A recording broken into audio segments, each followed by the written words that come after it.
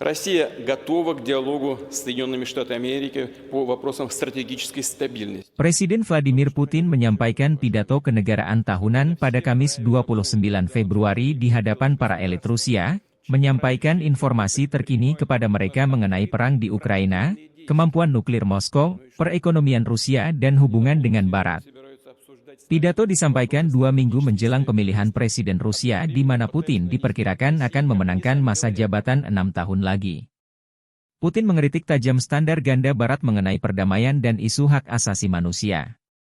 Putin menyebut Barat memprovokasi konflik di Ukraina, Timur Tengah, dan wilayah lain di dunia, dan terus berbohong, tanpa rasa malu, dengan terus menyebar kebohongan bahwa Rusia diduga bermaksud menyerang Eropa.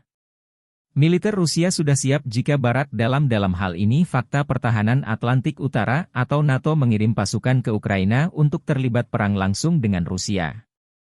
Telah ada pembicaraan tentang kemungkinan pengiriman kontingen militer NATO ke Ukraina.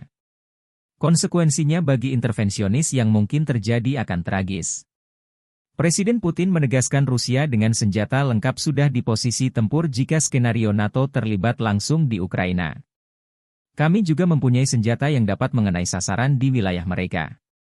Semua ini benar-benar mengancam konflik dengan penggunaan senjata nuklir dan penghancuran peradaban. Tidakkah mereka mengerti? Kata Putin. Ia juga menyinggung mengenai strategi NATO memanas-manasi Rusia dengan mengajak Swedia dan Finlandia, dua tetangga Rusia, bergabung. Sangat penting untuk memperkuat pengelompokan pasukan di arah strategis Barat untuk menetralisir ancaman yang terkait dengan ekspansi NATO berikutnya ke timur, dengan memasukkan Swedia dan Finlandia ke dalam aliansi, tambah Putin. Бажаю здоров'я, шановні українці і українки. Перше. Кілька підсумків щодо візитів. Головне, є нові оборонні домовленості, нові пакети. Буде більше артилерії і більше нашого спільного виробництва з партнерами. Кожну зустріч і кожен день ми використовуємо для того, щоб можна було додати можливостей нашим воїнам.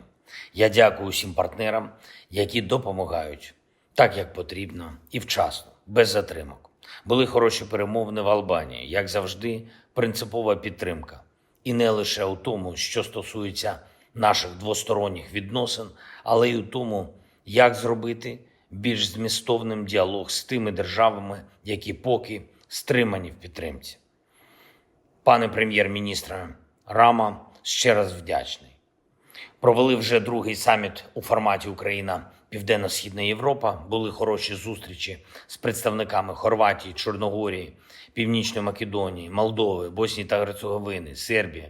Всі деталі зараз публічно озвучувати не варто, але я можу сказати, вдалося досягти саме того, на що ми розраховували.